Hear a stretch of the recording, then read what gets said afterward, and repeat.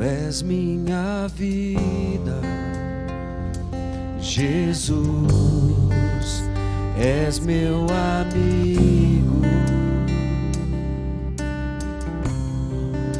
A tua vontade, doce Espírito, meu alimento.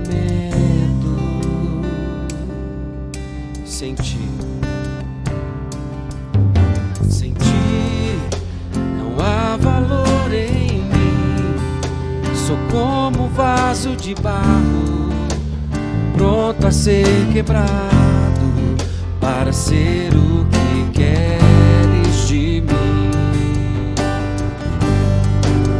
E a tua presença, tudo que eu preciso. A tua presença, o meu maior valor. Atrai o meu coração, atrai o meu coração. És tudo que eu quero. Vamos. Atrai o meu coração, atrai o meu coração. Posso te tocar.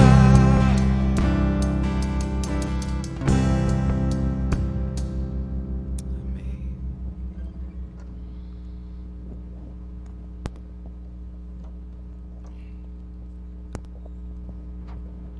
A graça e a paz do Senhor Jesus. A nossa oração nesse momento é que sejamos atraídos verdadeiramente para a presença do Senhor. Que sejamos atraídos para esse momento de culto, de adoração ao nosso Deus. Que essa seja a nossa oração. Senhor, queremos estar em plena comunhão com o Senhor. E que esse momento seja um momento o qual o Senhor possa ministrar na nossa vida aquilo que é o teu querer e aquilo que é a tua vontade. Nós vamos orar, vamos falar com o Senhor da forma como você está aí, com muita reverência. Vamos orar. Senhor nosso Deus e eterno Pai, nós te louvamos, Senhor, por esse momento tão precioso que o Senhor nos concede. Te louvamos por mais esta oportunidade que o Senhor nos dá, ó Deus, como igreja, como família, de prestarmos culto ao Senhor. Culto esse, expressão do nosso amor, expressão da nossa adoração, expressão, ó Deus, do mais profundo do que há no nosso coração, ao Senhor, este que é digno, este que é o Todo-Poderoso. Ó Senhor amado, que este momento seja um momento de intimidade com o Senhor. Ó Pai, sonde as nossas vidas, tire de nós aquilo que não te agrada. Ó Deus amado, repreenda, ó Deus, tudo que não provém do Senhor, e que este momento seja um momento, ó Deus, de bênção para o teu povo e para a tua igreja reunida. Assim nós oramos, gratos por tudo, em nome do Senhor Jesus. Amém, Senhor. Amém. Queridos, nós vamos então louvar o nome do nosso Deus. Tem um hino muito bonito. Seja louvado, ó Deus Supremo. Hino de número 17, nós vamos exaltar, vamos adorar ao Senhor. Abra aí o seu inário, ou se não, acesse aí o seu inário e juntos vamos louvar e vamos adorar o Senhor. Vamos lá, hino de número 17. Seja louvado, ó Deus Supremo, Deus adorado em Israel, onipotente, prodígios obra, sempre clemente, sempre fiel. Seja louvado, ó Deus supremo, Deus adorado em Israel. Louvor perene, só Deus merece.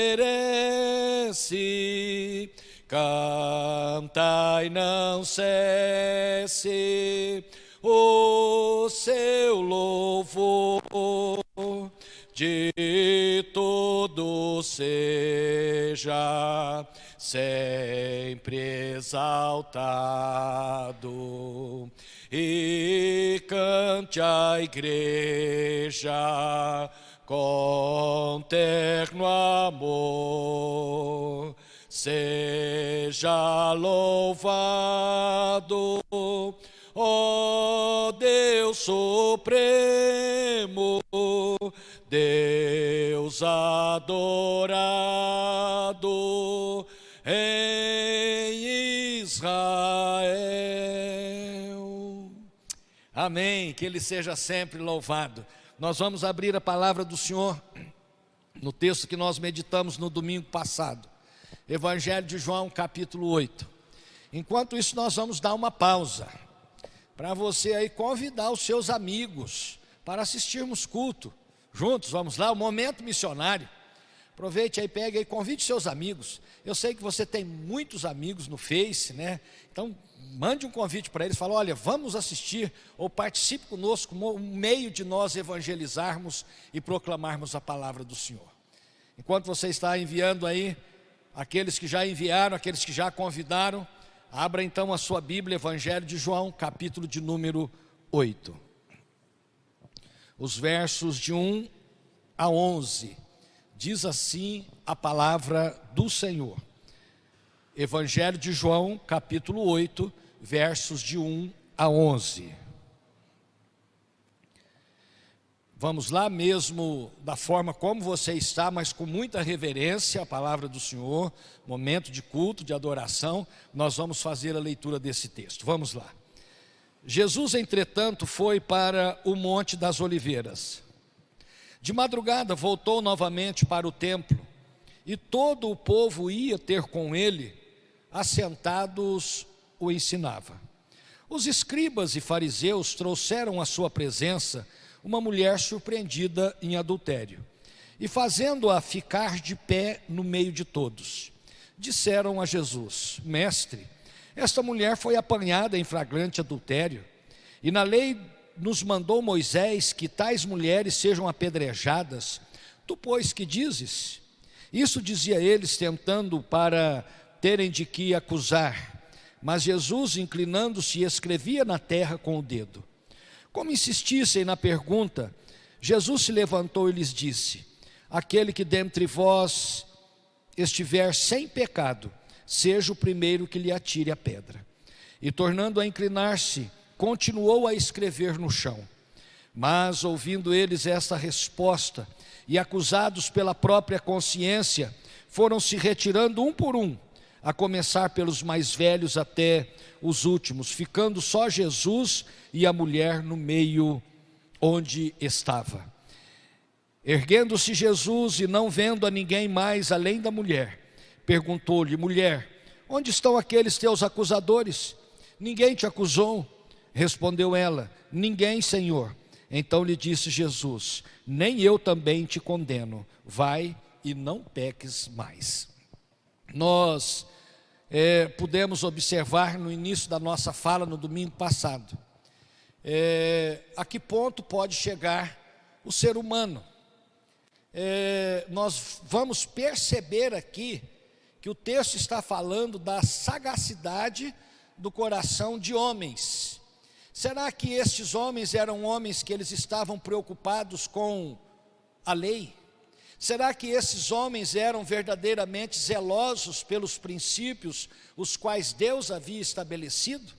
Nós vamos perceber de que Essa não era a intenção do coração deles. O próprio texto vai nos dizer de que a intenção do coração deles era para que Jesus fosse pego ou surpreendido por tais perguntas. E se Jesus, dependendo da resposta que o Senhor Jesus desse a eles, eles iriam acusar Jesus porque ele não estava fazendo e cumprindo aquilo que dizia a lei de Moisés e aquilo que era a vontade do próprio Deus. Essa era a intenção deles. E nós vamos perceber o que mais nos chama a atenção. Os homens que estavam fazendo isto eram homens religiosos, eram homens que cuidavam do serviço do templo, eram homens envolvidos com a igreja, eram homens que conheciam, tinham a Torá praticamente memorizada e decorada, para você ter uma noção.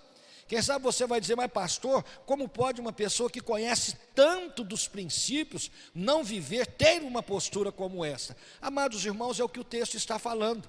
O texto está nos mostrando a sagacidade do coração daqueles que eram religiosos da época. Mas ao mesmo tempo nós vamos perceber de que o Senhor Jesus, ele vai mostrar como Deus trata e como Deus se manifesta na vida de cada um de nós pecadores. E a primeira lição então que nós aprendemos foi justamente essa. É a lição mais difícil, é nós entendermos que somos pecadores. Você já entendeu que você é pecador? Pastor, eu já entendi que eu sou pecador, mas na prática você entende que você é verdadeiramente um pecador? A palavra de Deus nos diz de que todos nós pecamos e destituídos fomos da glória do Senhor. Ou seja, todos nós somos pecadores. E estes homens então aqui, qual era o conceito deles? Eles achavam que eles eram melhor. Por que eles estão acusando? Por que eles querem apedrejar esta mulher? Porque eles tinham dificuldade de entender que eles eram verdadeiramente pecadores. Ou seja, quando não entendemos na nossa vida prática do dia a dia que somos pecadores, nós vamos perceber de que é muito fácil, as nossas ações vai demonstrar quando não entendemos que somos pecador. Quando você tem facilidade de acusar pessoas, quando você tem facilidade de criticar pessoas, quando você tem facilidade de falar mal de pessoas, é porque você ainda não entendeu que é um pecador. E quando não entendemos que somos pecadores, é muito fácil jogarmos pedra, tirarmos pedra. Portanto, a primeira lição nós precisamos entender isso, somos pecadores. A segunda lição que nós aprendemos, queridos irmãos, é que com o passar do tempo, os mais velhos se retiraram, né? Com o passar do tempo, nós vamos ficando mais complacentes para com nós mesmos. Como assim, pastor? Às vezes, amados irmãos, com o passar do tempo, nós vamos perceber de que nós queremos muito da graça, nós queremos muito da misericórdia, nós queremos muito do perdão, mas na grande maioria das vezes, nós temos dificuldade de estender isso às pessoas que estão ao nosso lado ou ao nosso derredor. Você já percebeu isso? Aí voltamos no mesmo assunto, como é fácil às vezes criticar, como é fácil às vezes condenar, como é fácil às vezes acusar, mas não usamos a mesma medida para com nós mesmos, não é assim? E o Senhor Jesus já nos ensinou a forma como eu quero ser medido, eu preciso aprender a medir as pessoas. Nós precisamos ser complacentes para aqueles que estão ao nosso derredor, é o que o texto está ensinando. O Senhor Jesus está ensinando este povo, esses religiosos, de que eles precisavam usar de misericórdia, ser complacente para com essa mulher, e nós fomos desafiados então a vivermos isso. Seja mais complacente para aquele que está ao seu derredor, para aquele que é o seu próximo. Em último lugar, nós aprendemos que essa mulher, todos se foram, mas essa mulher ficou. E a pergunta é, por que essa mulher ficou? Ela ficou porque ela entendeu que ela precisava de Jesus.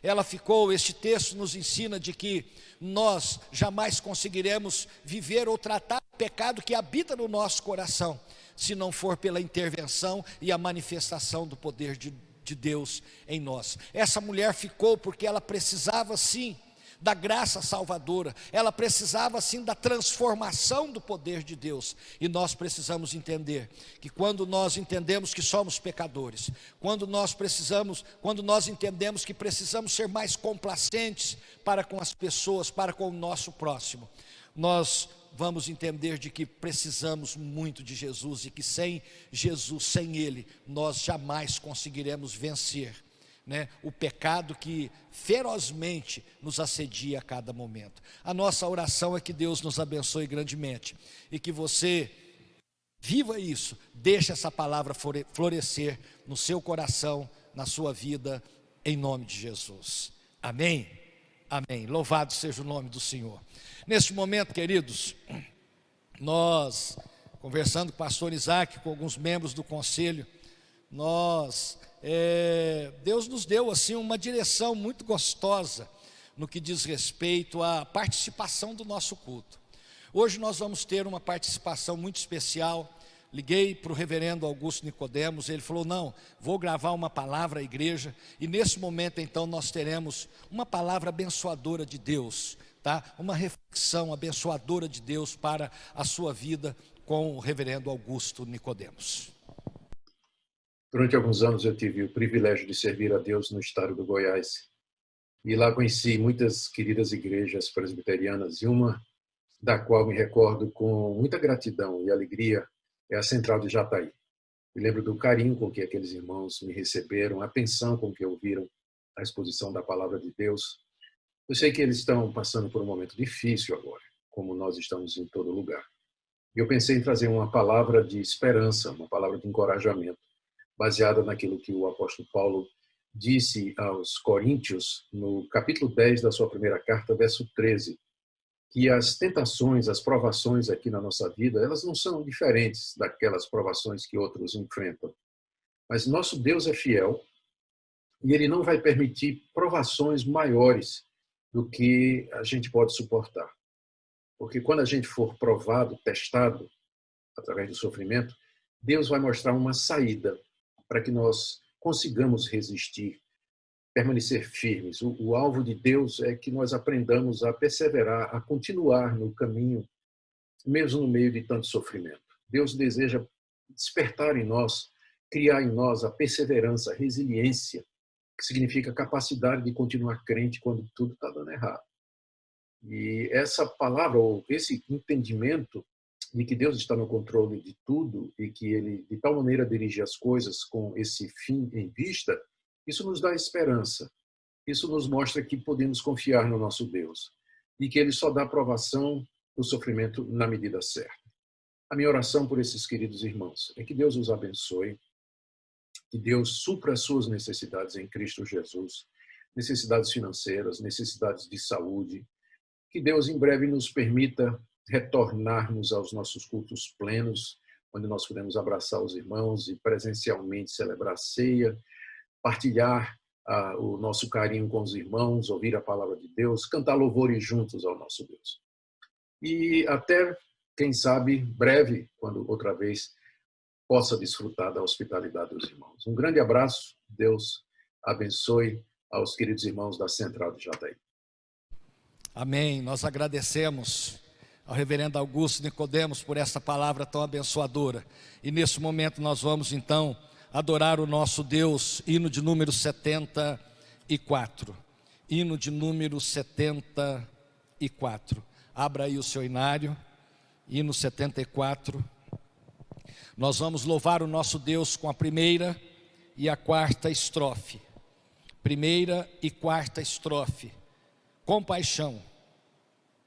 Jesus, Senhor, me achego a Ti. É a sinceridade do nosso coração, entendendo de que somos pecadores. E nós vamos para o Senhor da forma como somos. Hino de número 74. Mas antes de nós louvarmos o Senhor com o hino 74, é um momento também na nossa liturgia onde nós separamos os nossos dízimos e ofertas. Entendendo, queridos irmãos, de que dízimo e oferta é a expressão da nossa adoração ao Senhor. E nós então, ao invés do pastor ler um texto ou falarmos a respeito de dízimo e oferta, nós convidamos neste momento o nosso irmão diácono Adriano. Ele vai dar uma palavra, um pequeno testemunho da sua experiência como homem que aprendeu a adorar ao Senhor através da sua fidelidade. Vamos ouvir o nosso irmão Adriano? Boa noite, amada igreja, ótimo domingo a todos. Estou aqui nessa noite para compartilhar com todos a minha experiência da minha família sobre os dízimos e ofertas. Deus tem nos livrado, nos sustentado até nesse momento aqui. Isto é, no mínimo que posso fazer como sinônimo de adoração, fidelidade e amor para com Deus e para com a minha igreja. Desejo que vocês possam ter essa experiência no seu dia a dia, que possam vivenciar o amor do Senhor, que possam ser tocados no seu coração, que todos possam ter uma ótima experiência e que possam viver o amor do Cristo em sua família, no seu viver, no seu cotidiano. Graça e paz, ótima noite a todos, que Deus abençoe e uma ótima semana para vocês. Obrigado, querido irmão, que Deus continue te abençoando, tá? Vamos então agora louvar o Senhor. Separa aí seu dízimo e sua oferta, e você poderá estar depositando, fazendo uma transferência online, tá? Depositando na conta da igreja. Se você quiser que vayamos até a sua casa, ligue aqui na secretaria da igreja a partir das 13h30 até as 17h30, nós iremos até a sua residência, tá joia? Ou se não, se você quiser deixar aqui na secretaria da igreja, ela está aberta, tá joia? Vamos então louvar o Senhor, hino 74, a primeira e a quarta estrofe. A primeira e a terceira estrofe, perdão, vamos lá. Jesus, Senhor, me achego a Ti, Tua ira santa mereci, o Teu favor me estende aqui, aceita o pecador. Eu venho como estou, sim, venho como estou, porque Jesus por mim morreu. Eu venho como estou. Ó, vem agora, Salvador, livrar-me por Teu grande amor, pois Tu, Jesus, é meu Senhor, aceita o pecador. Eu venho como estou, sim, venho como estou, porque Jesus por mim morreu. Eu venho como estou. Amém. Nós vamos então orar. Primeiramente, como você está aí? Se você tiver a liberdade, dobre os seus joelhos, curve a sua fronte. Vamos orar pedindo ao Senhor perdão pelos nossos pecados. Fale com o Senhor neste momento. Senhor nosso Deus, nós Te louvamos, ó Pai, porque através de Cristo Jesus, nós temos o perdão dos nossos pecados. Obrigado a Deus, porque um dia o Senhor enviou a Jesus, um dia Ele deixou toda a sua glória, por amor a cada um de nós pecadores, nós que estávamos tão longe, tão distantes, mortos. O Senhor veio e nos deu a vida, e nós Te louvamos. E neste momento, Senhor, queremos confessar os nossos pecados, as nossas transgressões, que o Senhor nos perdoe, tire de nós aquilo que não Te agrada, Senhor, e nós queremos estar limpos na Tua presença. Obrigado a Deus pelo Teu grande amor. Assim oramos, agradecidos em nome de Jesus. Amém, amém, amém. Queridos irmãos, louvado seja o nome do Senhor, né? Como é maravilhoso saber de que quando nós confessamos, não por uma tradição, mas confessamos com o coração arrependido, Ele é fiel e justo. Portanto, vamos continuar adorando o Senhor. Louve, adore o nome do Senhor com todo o seu coração, com a sua família aí reunida. Quero convidar a nossa equipe de louvor, eles nos conduzirão neste momento, e que o nome do Senhor continue sendo exaltado e adorado.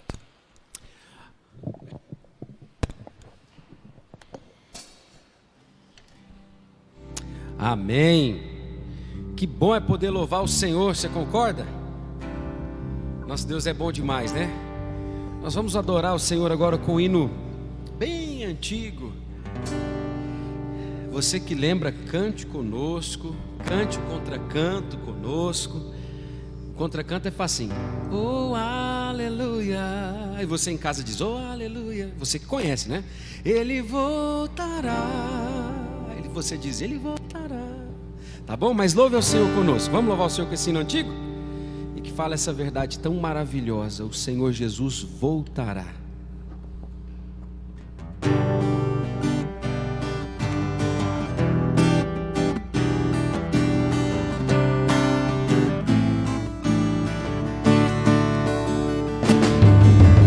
Terra vai um dia contemplar aquele que um dia virá, e com autoridade julgará toda a terra, se ajoelhará. Oh, aleluia, ele voltará. Oh, aleluia, para me levar. Oh, aleluia, ele voltará. Oh, aleluia, para me levar. Uma nova terra assim será, onde a paz nunca se findará. E ó como será, ó como será maravilhoso contemplar meu Salvador. Você tem essa esperança? Oh, aleluia, ele voltará. Oh, aleluia, para me levar. Oh, aleluia, ele voltará. Oh, aleluia, para me levar. Amém, amém, amém. Que maravilhoso poder cantar isso, né? E saber da verdade que o Senhor Jesus não é homem para que minta, nem filho do homem para que se arrependa. Ele é o Senhor, Ele é o amém, Ele é a verdade. Ele é a verdade, Ele é santo e bom. E vai ser um presente maravilhoso do Senhor, poder um dia contemplá-lo, poder amá-lo, né? Você imagina? É maravilhoso. Nós vamos continuar dizendo, Senhor, nós temos esperança no Senhor, e nós desejamos mesmo que o Senhor venha. Você está preparado para esse dia? O Senhor Jesus cuida e prepara do povo dele. Tu és a minha luz, a minha salvação, e a ti me renderei.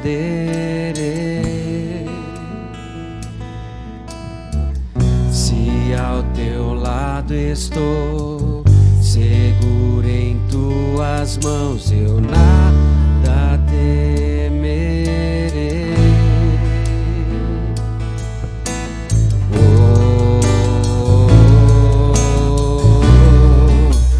Tu és santo, ó Senhor. Você pode dizer: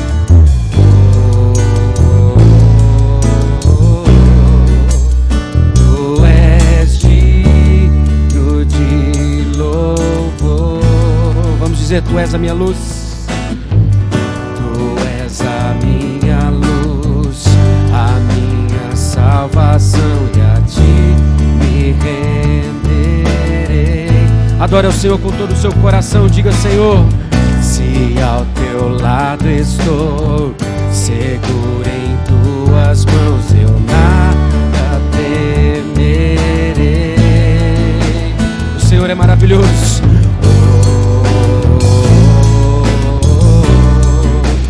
Tu és santo, ó Senhor.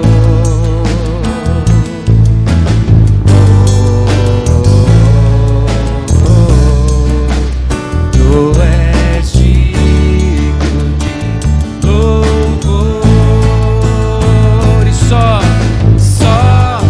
em ti confiarei, eu nada temerei, em frente eu irei, pois eu sei que vivo estás, e um dia voltarás do céu pra nos buscar, pra sempre reinarás, aleluia.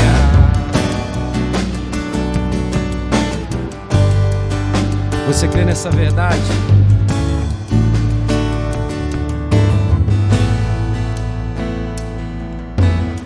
Se ao teu lado estou, seguro em tuas mãos, eu nada temerei. Diga: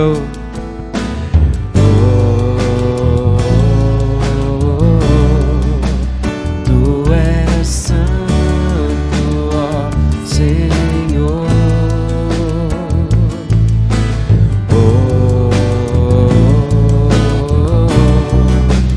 Tu és digno de louvor. Só em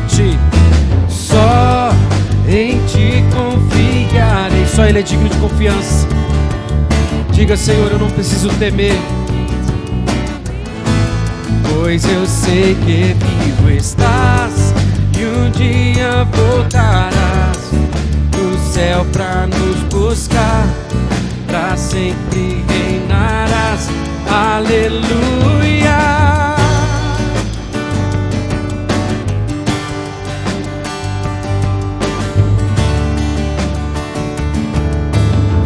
Vamos desejar a vinda dele. Vem Jesus, vem Jesus, Maranata, ora vem Senhor Jesus. Vem Jesus, vem Jesus,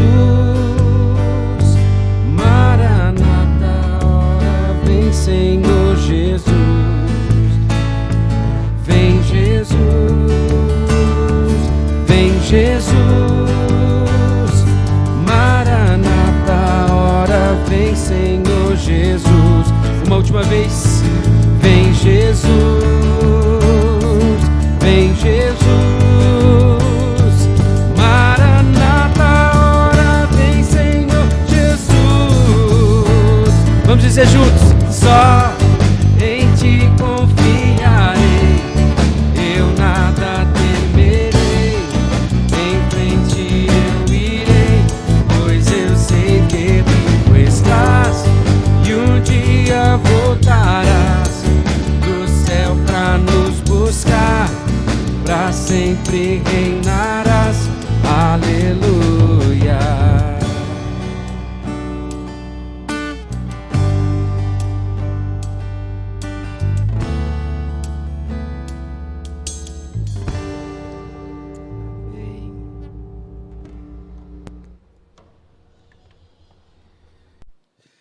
A graça e a paz do Senhor Jesus, querida igreja. Que bom nós pensarmos a respeito sobre a vinda do Senhor Jesus Cristo. Essa é uma verdade certa. O Senhor Jesus voltará. O Senhor Jesus voltará. Ele em breve vem nos buscar. Então Ele enviou o Espírito dEle para que nós fôssemos então convencidos desse pecado, da justiça e do juízo, transformados, restaurados. Estamos então por um tempo aqui aguardando o retorno do nosso Senhor, e em breve Ele voltará. Nunca se esqueça, nunca se distraia o suficiente a ponto de esquecer que o nosso Senhor Jesus Cristo voltará. E se ele voltasse hoje, no meio dessa mensagem, como você estaria? Como você estaria se ele voltasse em 5 minutos? O que você entende que Jesus diria a você?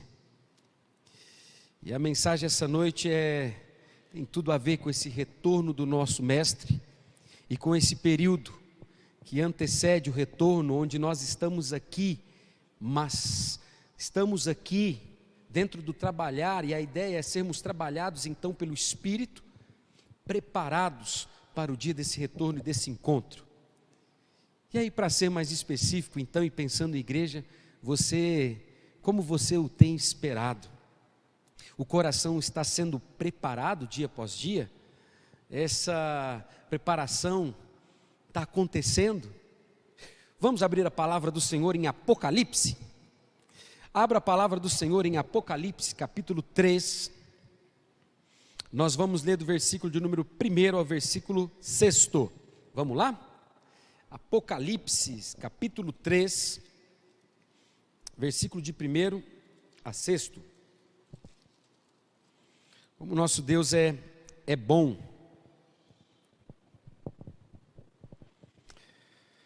Uma das tônicas aí nesse livro em Apocalipse é a igreja, algumas verdades trabalhadas. A igreja com certeza enfrenta muito sofrimento nesse mundo pecaminoso.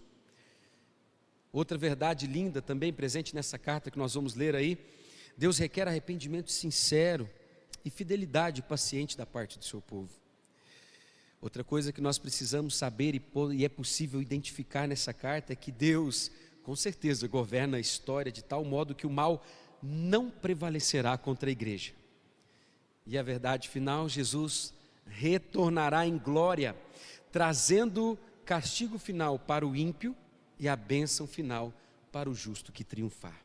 Como o nosso Deus é bom. Apocalipse 3, capítulo 3, versículos de 1 a 6. Diz assim, está subtitulado A Carta à Igreja em Sardes. Ao anjo da igreja em Sardes escreve: Estas coisas diz aquele que tem os 7 Espíritos de Deus e as 7 estrelas. Conheço as tuas obras, que tens nome de que vives e estás morto. Sê vigilante, consolida o resto que estava para morrer, porque não tenho achado íntegras as tuas obras na presença do meu Deus. Lembra-te, pois, do que tens recebido e ouvido, guarda-o, arrepende-te, porquanto se não vigiares, virei como ladrão, e não conhecerás de modo algum, em que hora virei contra ti. Tens, contudo, em Sardes umas poucas pessoas que não contaminaram as suas vestiduras e andarão de branco junto comigo, pois são dignas. O vencedor será assim vestido de vestiduras brancas, e de modo nenhum apagarei o seu nome do livro da vida. Pelo contrário, confessarei o seu nome diante do meu Pai, diante dos seus anjos. Quem tem ouvidos, ouça o que o Espírito diz às igrejas. Olha aí que maravilha, né? Que texto aí lindo, onde é demonstrado o cuidado e o amor do Senhor Jesus Cristo, a manutenção, o zelo dele. Como ele é bom, não é verdade? Ele cuida. Na verdade, para que você possa entender um pouquinho melhor aí, dentro do capítulo 1, para que você saiba como é que chegamos aqui, do que esse texto está falando, né? Porque se pensarmos um texto em meio a uma carta, pode ser que ao deslocá-lo aconteça uma compreensão errada do que realmente o texto quis dizer. Então é o seguinte, no capítulo 1 em Apocalipse, aparece descrito ali quem é, né, o título, o autor, o escritor e o assunto, né? Quem é o autor, o título, Apocalipse, e quem é o autor, o Senhor Jesus Cristo, o próprio Deus. Escritor, né, usado aí por Deus, João, e o assunto a ser tratado. Depois aí temos as dedicatórias, as 7 igrejas, do versículo 4 ao 8, a visão de Jesus glorificado, e olha que lindo. No capítulo 2, deixa eu continuar, depois nós voltamos a um pedaço maravilhoso aqui, queria citar com os irmãos, ainda no capítulo 1, mas no capítulo 2, até chegar aqui, e até o 3 ali, né, até o finalzinho então, do 3 até o 4, não no 4 mais, só o 2 e o 3. Acontece então um envio de 7 cartas às 7 igrejas, né? São elas aí, no capítulo 2, Éfeso, a igreja de Esmirna, a igreja de Pérgamo, a igreja de Tiatira, depois então vem a igreja de a Sardes, né? Então vem depois Filadélfia e Laodiceia. Então é um conjunto de cartas aí, o Senhor Jesus escrevendo cartas, enviando cartas a essa igreja. E o pedaço que eu queria ler com os irmãos diz o seguinte: vi 7 candeeiros, olha só, e no meio dos candeeiros um semelhante a filho do homem com vestes talares. Ou seja, que ele viu 7 candeeiros, uma representação das 7 igrejas, isso ainda lá no capítulo 1, né? A visão de Jesus glorificado. Dentro dessa visão de Jesus glorificado, antes do envio das 7 cartas, tem esse texto aqui, tem essa narrativa. Então o Senhor Jesus, o filho, semelhante a filho do homem com vestes talares, no meio dos candeeiros. E quem são esses candeeiros? As 7 igrejas. Bom, ele tinha na mão 7 estrelas. Essas 7 estrelas é uma representação, depois nós vamos ver aqui, a hora que nós estivermos aprofundando no texto, uma representação daqueles que Deus usa, os anjos, né, da igreja, os ministros. E nesse próprio texto aqui, explica. Tinha na mão direita 7 estrelas, da boca lhe saía uma afiada espada de 2 gumes, o seu rosto brilhava como o sol na sua força. Quando o vi, caí aos seus pés como morto, porém ele pôs sobre mim a mão direita, dizendo, olha o que o Senhor Jesus diz: não temas, eu sou o primeiro e o último, antes do envio das cartas, hein? Aquele que vive. Estive morto, mas estou vivo pelos séculos dos séculos e tenho a chave da morte e do inferno. Escreve, pois, as coisas que vistes, e as que são, e as que hão de acontecer depois destas. Quanto ao mistério das 7 estrelas que vistes na minha mão direita, e aos 7 candeeiros de ouro, as 7 estrelas são os anjos das 7 igrejas, e os 7 candeeiros são as 7 igrejas. Então, só para que você tenha um aparato melhor, assim, né? uma base melhor, para que você entenda, entre conosco nessa carta, entenda um pouquinho melhor então o que estava acontecendo. O Senhor Jesus ia endereçar algumas cartas à igreja, e ele começa a enviar. Bom, vamos lá. Caminhando, o que acontece? A descrição do Senhor Jesus, como dono e aquele que cuida da igreja, aquele que anda entre essas 7 igrejas, aquele de quem a boca sai uma espada, né, essa palavra afiada de Deus, aquele que tem na mão os 7 anjos, né, as 7 estrelas, e que domina então sobre as autoridades da igreja e sobre as igrejas, ele é percebido aí ao longo dos capítulos 2 e 3, entre a igreja e cuidando dessa igreja. No capítulo 2, por exemplo, versículo 1, aquele que conserva na mão direita as 7 estrelas e anda no meio dos candeeiros de ouro. Já no segundo momento, o primeiro, no versículo, a partir do versículo 8, o primeiro e o último que esteve morto e tornou a viver. As descrições de Jesus vão aparecendo aí, né, à medida que as cartas vão sendo então enviadas à igreja. É dele, é o Senhor, é aquele que é responsável. Geralmente essas cartas, queridos, elas seguem uma espécie de esqueleto, elas têm uma espécie de formato. Como que acontece as cartas, o formato, qual é o formato das cartas enviadas às igrejas? Quer saber um pouquinho como é que funcionava? Para que você tenha aí depois a curiosidade também, quem sabe até de ler as outras cartas enviadas às outras igrejas.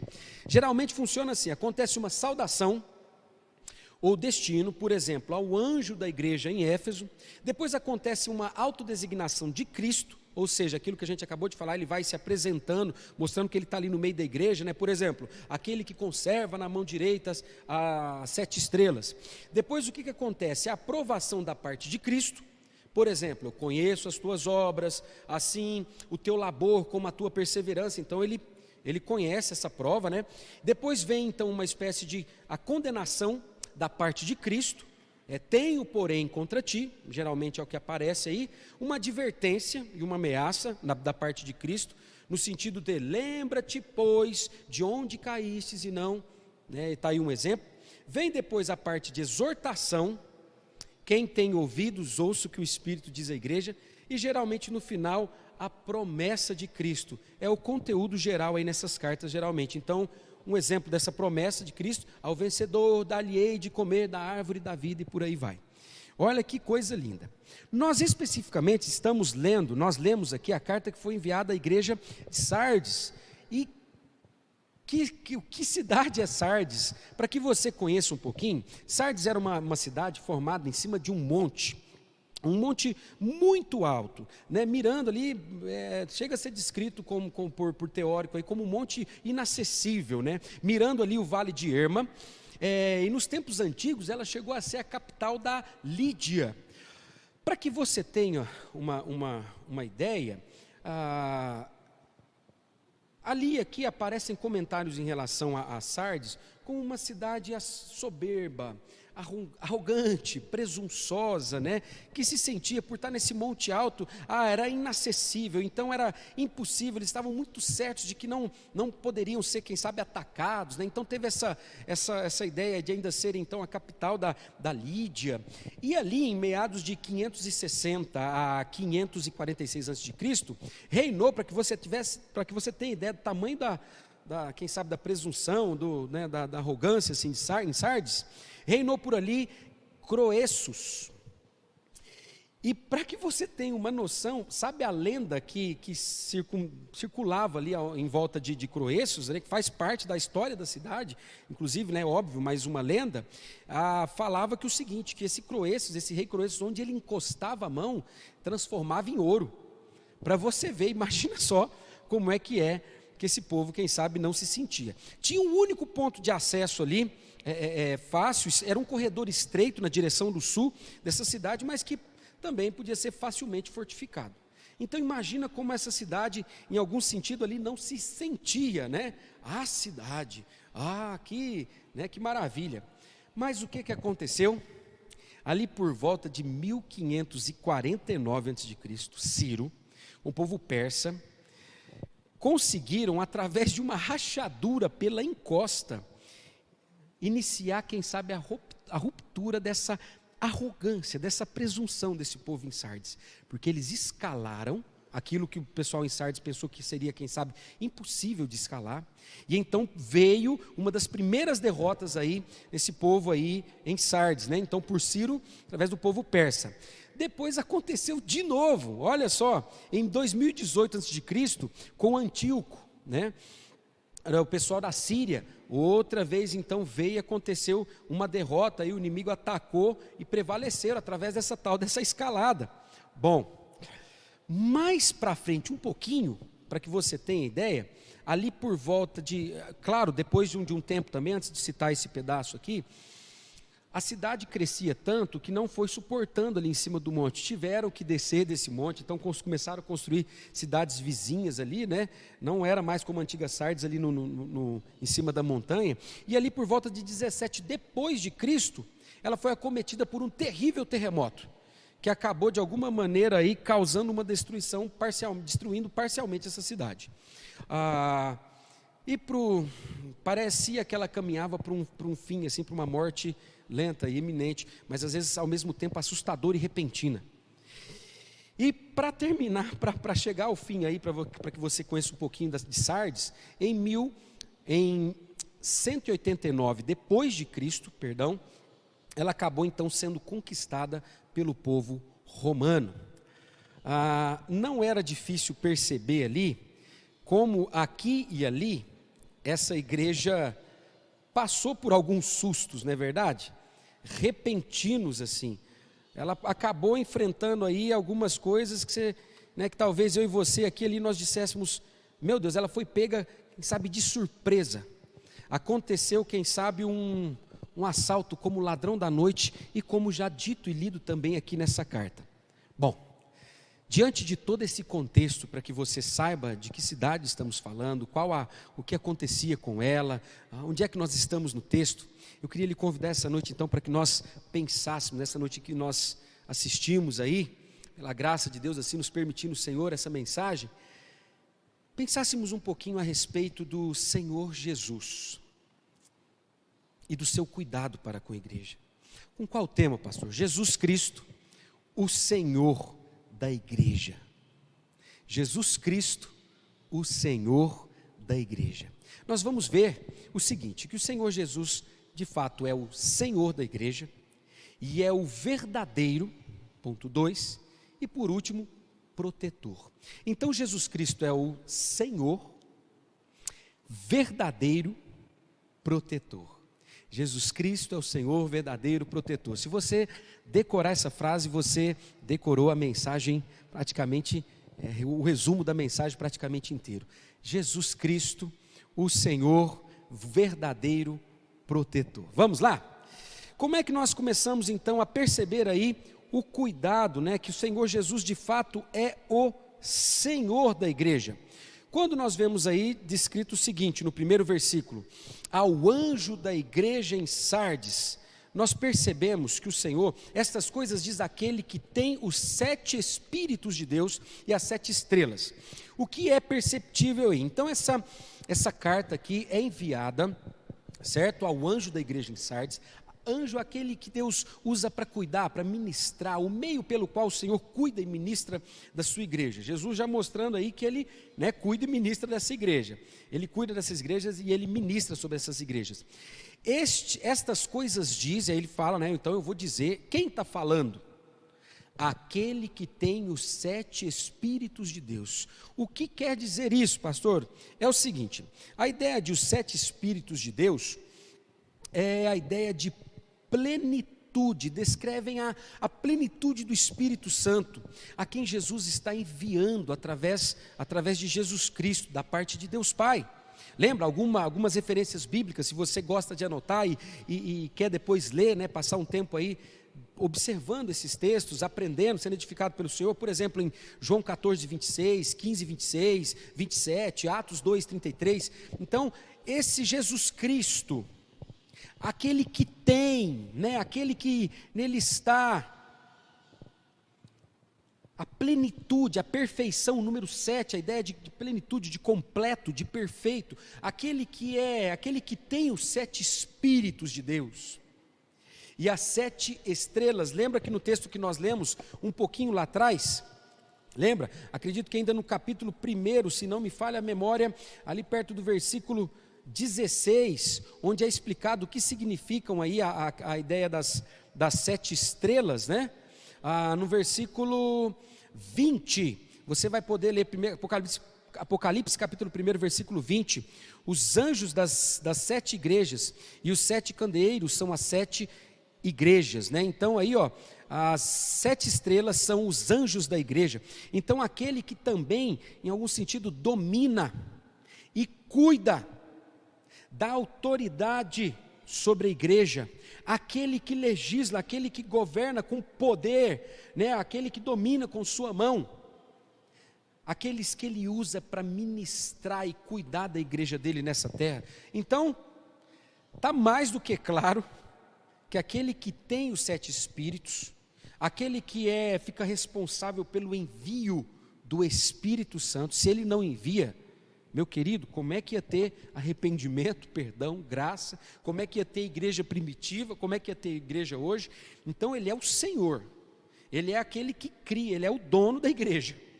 É aquele que ainda o texto está contando para nós, que tem as 7 estrelas na mão, que domina aqueles que ele usa para ministrar a igreja.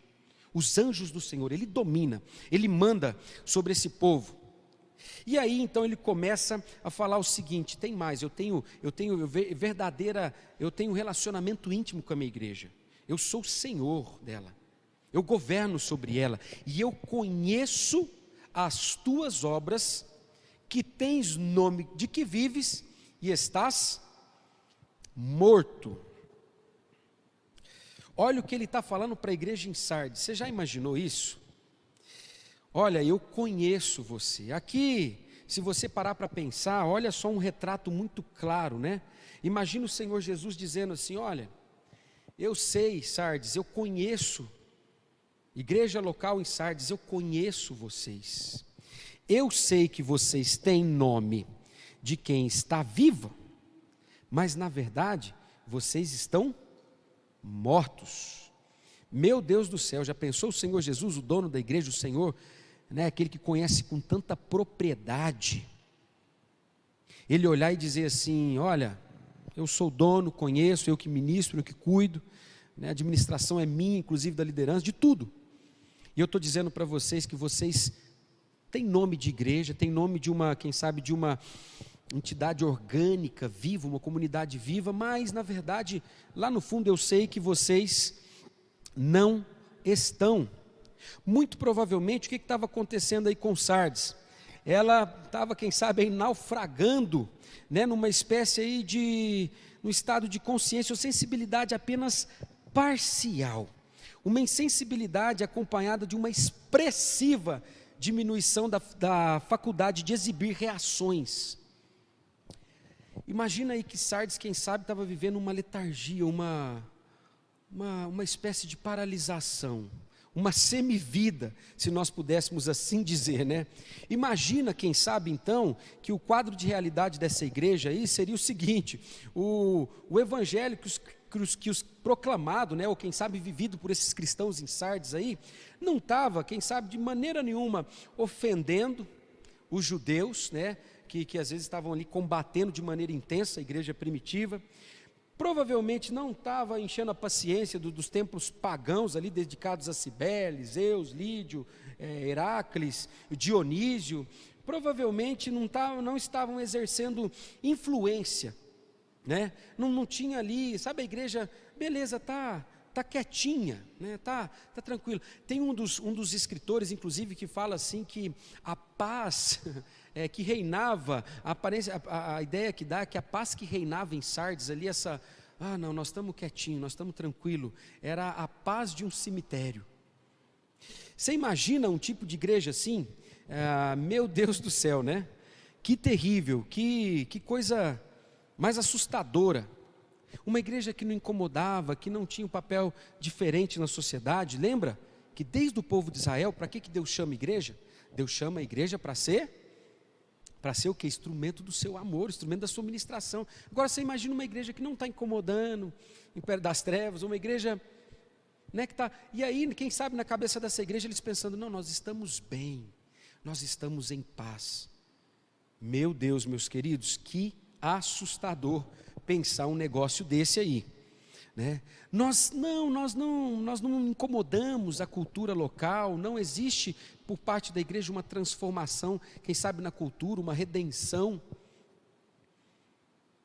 Você imagina uma igreja talvez até, quem sabe, extremamente contaminada com as práticas do mundo, uma igreja que a gente pode dizer em algum sentido adaptada à cultura local, mas só que de um modo extremamente ruim, adaptada, quem sabe, à cultura do mundo, que não atacava ninguém, que não... Oh, meu Deus, que notícia triste, né? E a grande pergunta é para nós, queridos: como nós estamos como igreja? Como você está como igreja? Você percebe, ou sente, ou tem entendido que o Senhor Deus tem te feito ser diferente? Onde você está?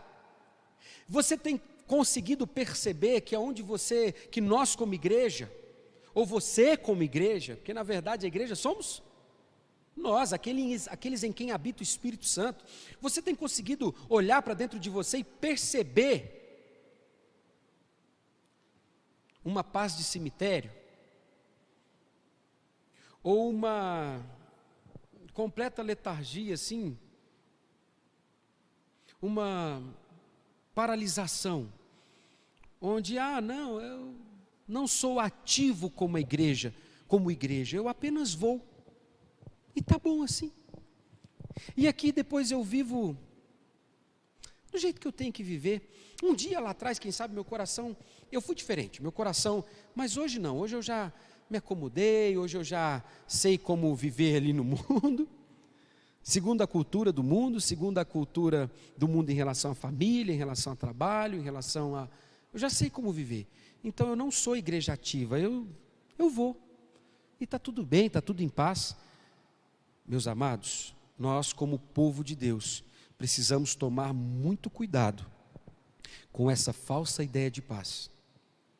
O povo de Deus, sabe aquele movimento santo, aquele movimento ativo do povo de Deus? Isso deve estar acontecendo conosco. Isso deve ser parte na igreja, uma igreja que é usada pelo Senhor para a transformação da cultura local, para impactar vidas na família, para impactar vidas no trabalho. E não morta, deixa a vida me levar, a vida leva eu, né? Não é bem por aí não. O Senhor Jesus, Ele conhece a igreja e Ele é verdadeiro. Então, em primeiro lugar, nós vimos que o Senhor Jesus, Ele é o Senhor da igreja. Ele domina a igreja. Ele domina aqueles que Ele usa para ministrar a igreja, as 7 estrelas, os anjos do Senhor. Então nós vimos aí que o Senhor Jesus conhece de maneira muito íntima. Sabe quando uma igreja, como por exemplo em Sardes, estava ali acomodada com aquilo tudo. E ele já fala a verdade, né? Então o Senhor Jesus Cristo é o Senhor da igreja, em segundo lugar, o verdadeiro. Olha como Ele é completamente verdadeiro. Verdadeiro. Um relacionamento com o Senhor, Ele já começa a dar as caras e começa a mostrar, Ele dizer o seguinte: olha, o verdadeiro relacionamento com o Senhor, uma igreja viva de verdade, o nome já diz, é viva. Não é uma igreja que vem, ouve e não vive, é uma igreja que vive. E Ele fala o seguinte, Ele começa então a aconselhar, Ele começa a falar algumas verdades para essa igreja. Olha, um aconselhamento em linhas mais gerais. Ele fala o seguinte: ser vigilante e consolida o resto que está para morrer, porque não tenho achado íntegras as tuas obras na presença do meu Deus. Meus queridos, o Senhor Jesus trazendo a ideia de: olha, igreja, eu quero dar um conselho em linhas gerais. Eu queria dizer para vocês vigiarem, prestarem atenção, serem zelosos. E vigilância geralmente, meus queridos, implica em constância. A ideia de constantemente estar atento, vigiar. Olha, presta atenção, igreja em Sardes, porque é o seguinte: vocês têm nome de quem estão de igreja que está viva, mas na verdade estão mortas. Mas ele começa aí, né, sendo transparente, aconselhar de maneira geral e mostrar a verdade. Porque ele já começa a apresentar o coração de preocupação com a igreja, como o Senhor da igreja. E ele mostra o seguinte: olha, sejam vigilantes. Olha o cuidado de Jesus começando a aparecer, né, mais uma vez pela igreja. Por quê? Que consolidem, né, tenham esse trabalho aí de consolidação, essa fé, que vai trazer essa ideia de sólido, de estável, de fortalecido. Fortalece, porque ele está deixando uma dica, porque ainda tem um resto que estava para morrer, ou seja, está quase beirando a morte, mas ainda não morreu. Sardes é o seguinte: a igreja já está com esse nome aí de que está viva, mas está às vezes com uma boa reputação na cidade, porque não incomoda o império das trevas, não transforma as famílias em casa, não muda o pessoal a maneira como ele se diverte, não muda nada. Tem uma ótima reputação, viu como fulano é gente boa? Vai lá na igreja, mas peca igual a gente aqui, ele até se entrosa aqui no meio do povo do mundo, faz igualzinho a gente, quem sabe estava com uma reputação em dia, maravilhosa. Mas o Senhor Jesus avisando: olha, isso não é ser igreja não. Amar as pessoas que estão lá fora, anunciar o evangelho a elas, beleza, tem que anunciar sim. Mas fazer como elas fazem, ao ponto de não causar nada de diferente, não viver diferente, todos esses ambientes, não viver de maneira diferente, trabalho, família, igreja, tem uma coisa errada. Mas Jesus ainda traz uma esperança: olha, eu sei que existe aí dentro dessa igreja, Sardes, pessoas que ainda não morreram, mas que se vocês não abrirem os olhos, essa igreja está perto aí da morte, estava para a morte. Dentro da teologia reformada, nós temos uma divisão entre igrejas. Nós sabemos o seguinte: nós chamamos de igreja visível todo o bolo, todo o corpo. Ou seja, dentro da igreja aqui, essas pessoas que nós vemos, todas essas, quando nós estamos aqui no culto presencial, você vem ao culto e você vê uma igreja enorme, não é? É a igreja visível. Agora, você sabe se todos ali de fato foram transformados pelo Espírito Santo de Deus em igreja? Não sabe, eu não sei. Por isso nós chamamos de igreja visível. E dentro da igreja visível estão pessoas salvas e pessoas não salvas, frequentantes e transformados. E existe também a igreja invisível, e nesse texto nós podemos ver essa parte da teologia sistemática reformada sendo apresentada. De fato, então, existe a igreja visível, né, que estava ali, quem sabe, com o nome de igreja mais morta, mas tem também, dentro dessa igreja visível aos olhos, gente que realmente, verdadeiramente é igreja, o que a teologia sistemática chama de igreja invisível. Essas pessoas que estavam para morrer, a igreja de modo geral estava ganhando um alerta: presta atenção, porque esses aí estão, eu estou, né, para quem sabe, estão perto da morte. Em outras palavras, muda.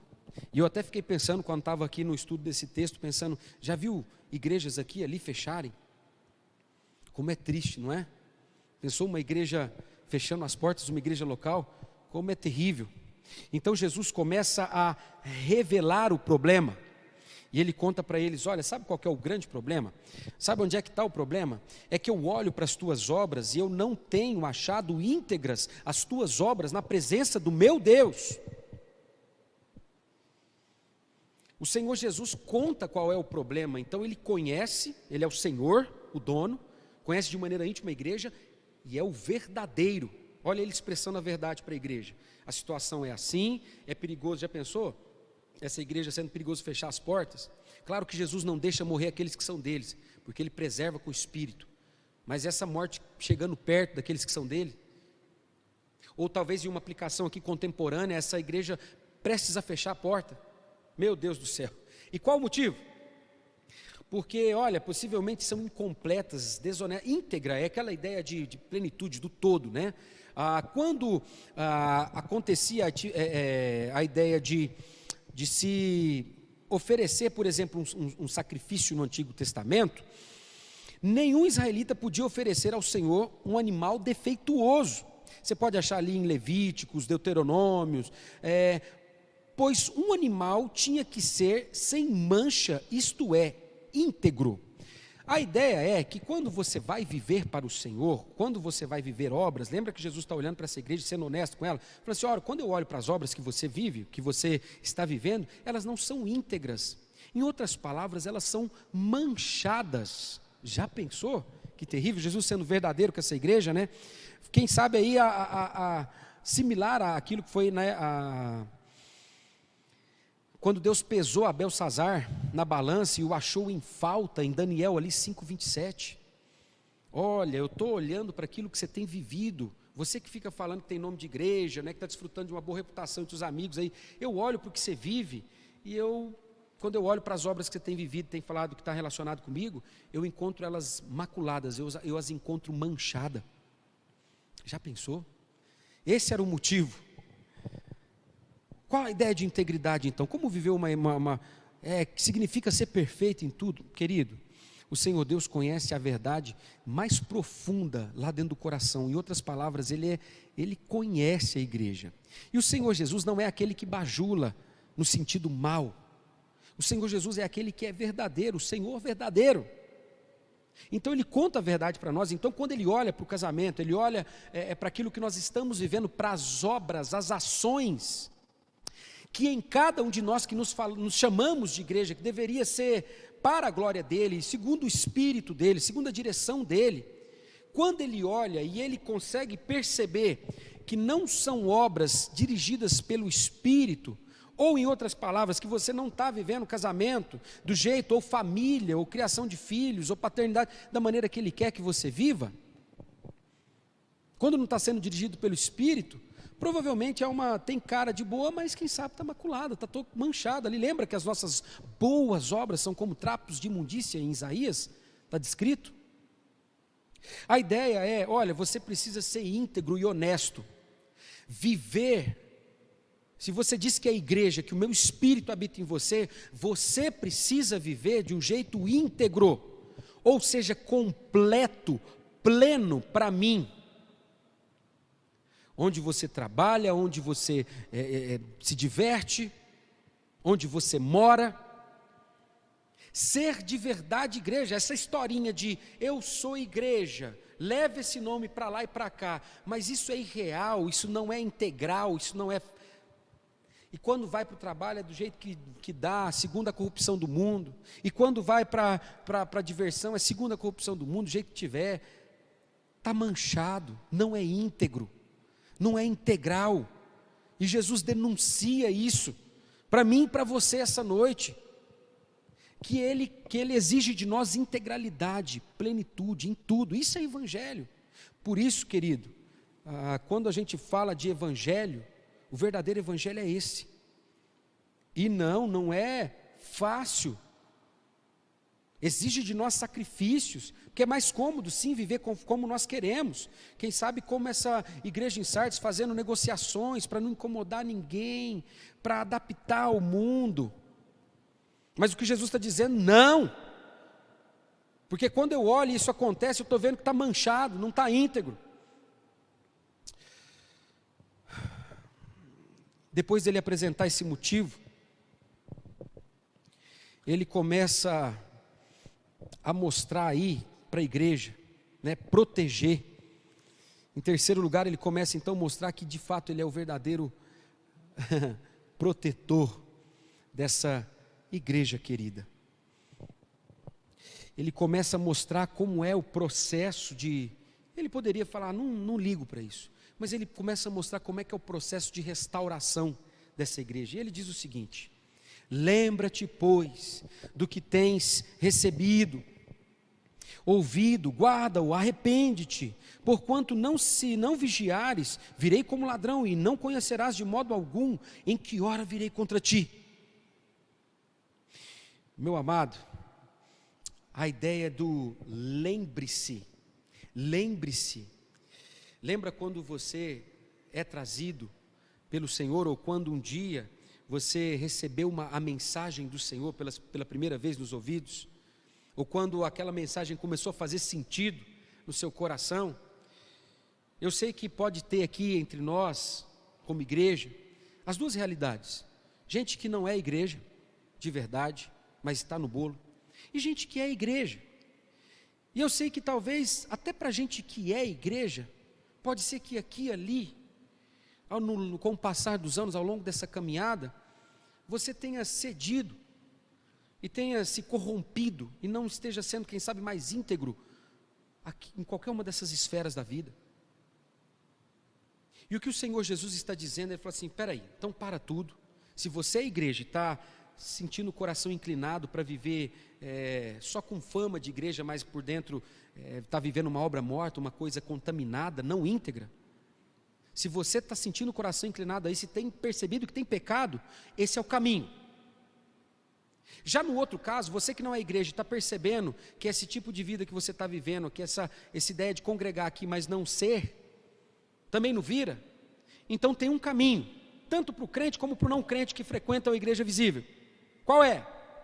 Lembra-te do que tens recebido, presta atenção nessa palavra que você tem ouvido, guarda, esconde ela dentro do coração, fala: meu Deus, eu preciso dela, eu preciso retê-la em mim, eu preciso ficar com ela, protegê-la de maneira maravilhosa, eu preciso me relacionar com esse evangelho, ele precisa estar dentro de mim e eu nele. E arrepende-te então, porque quando a verdade chega diante dos olhos, meu querido, o que fazer lá dentro do coração? Viva um verdadeiro arrependimento. Diga: está errado o jeito que eu ando vivendo aqui, ali, aqui, ou o jeito que eu ando tratando a minha família, ou o jeito que eu ando trabalhando, segundo os padrões às vezes de coisas mortas, impuras. Está errado o jeito que eu ando me divertindo, eu preciso mudar. Jesus, obrigado por me trazer essa palavra essa noite e me falar que eu tenho que lembrar dela, guardá-la dentro de mim.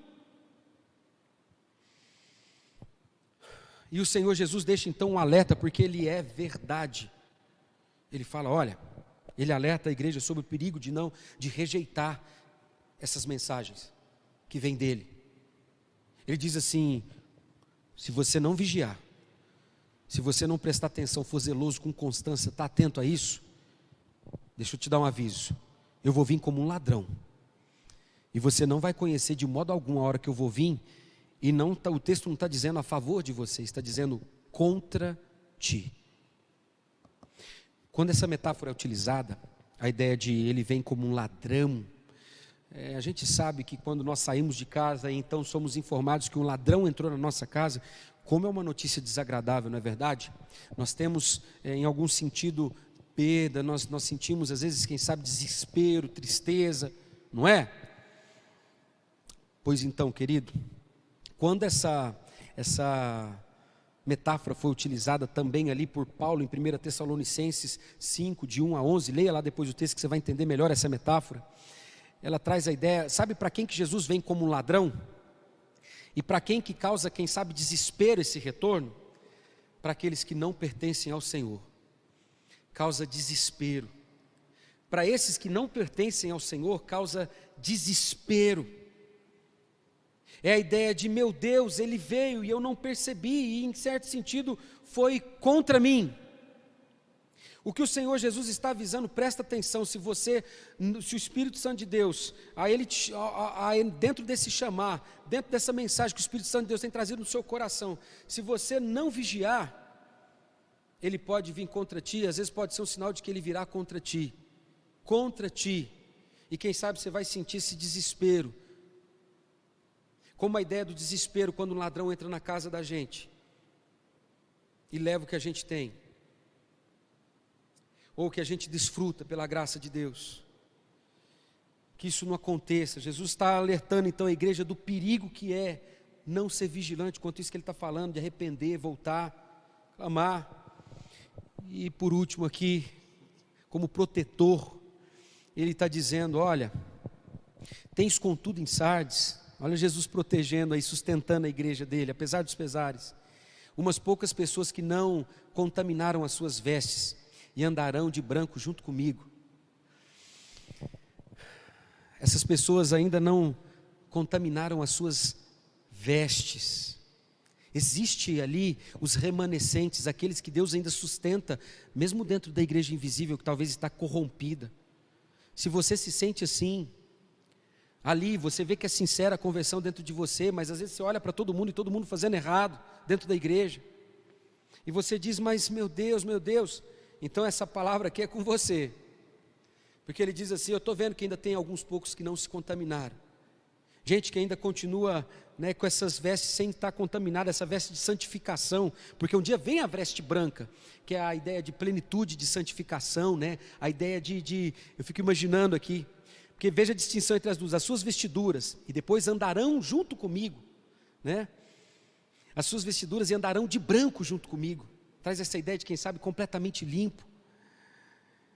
Olha aí, Jesus ele está contando que esses que são remanescentes, que estão dentro da igreja, e que às vezes estão sendo aí sofrendo essa pressão de, ai meu Deus, cedo igual todo mundo está cedendo, trabalho igual estou vendo aqui um monte de gente que vem na igreja trabalhar de maneira corrupta, trata a família de maneira corrompida, igual estou vendo muita gente tratar, oh meu Deus, o que eu faço? Jesus está falando que olha, Ele protege você.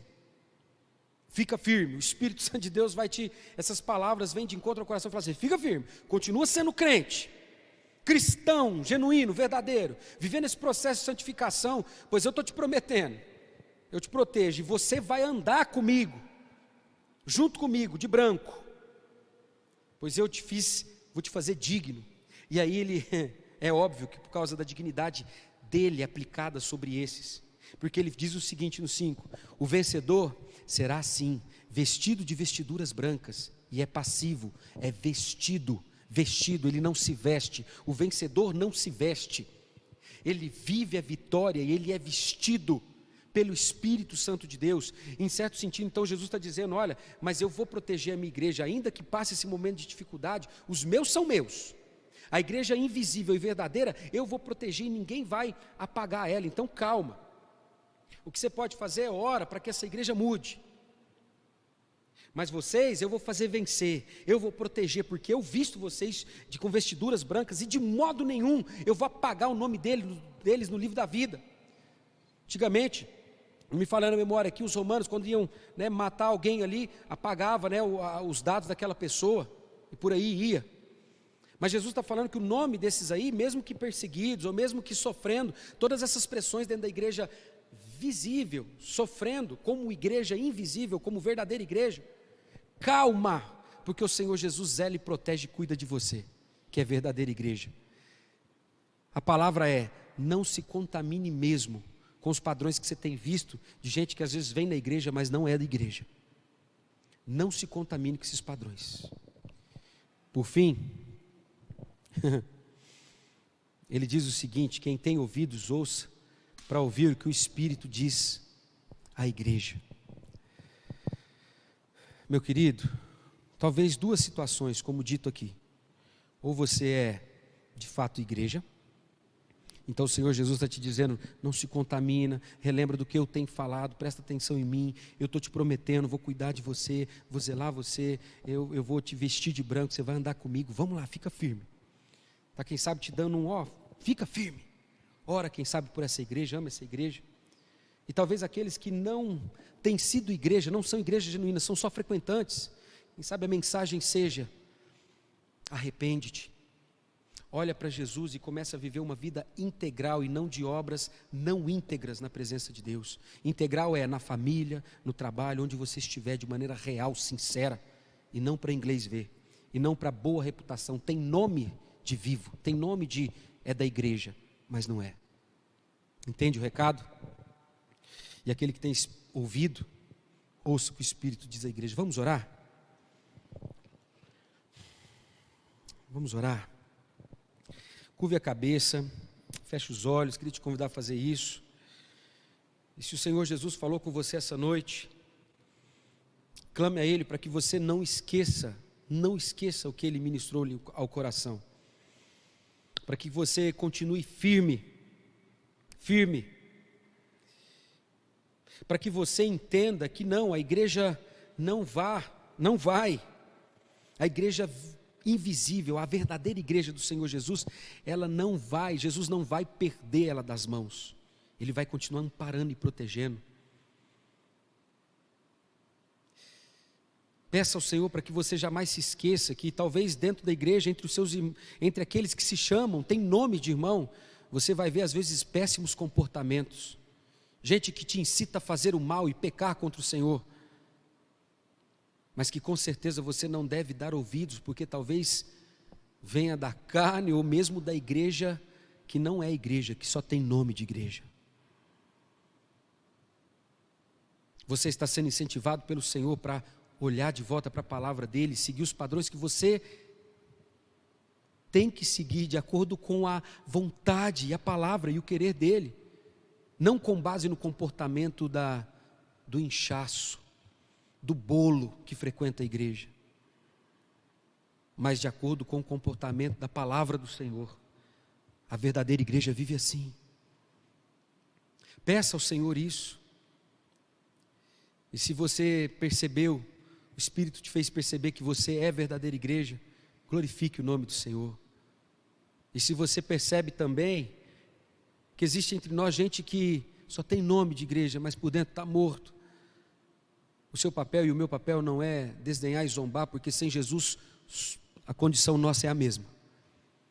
O nosso papel é clamar a Deus, que o Espírito então vivifique e faça esses homens e mulheres viverem obras integrais, pois o verdadeiro evangelho é assim, integral. Peça isso ao Senhor. Peça: Jesus, transforma aqueles que não são transformados. Fala. Ó Deus, obrigado, Pai, por essa mensagem, obrigado por nos confortar o coração, por trazer-nos também, chamar-nos a atenção para vivermos aquilo que o Senhor quer que nós vivamos. Obrigado, porque o Senhor é misericordioso e santo. Obrigado por falar com a igreja. Obrigado por nos instruir a não imitarmos o comportamento de quem tem nome de igreja e não é igreja, mas imitarmos o comportamento do Senhor, arrependendo-nos daquilo que a gente errou e procurou imitar de errado.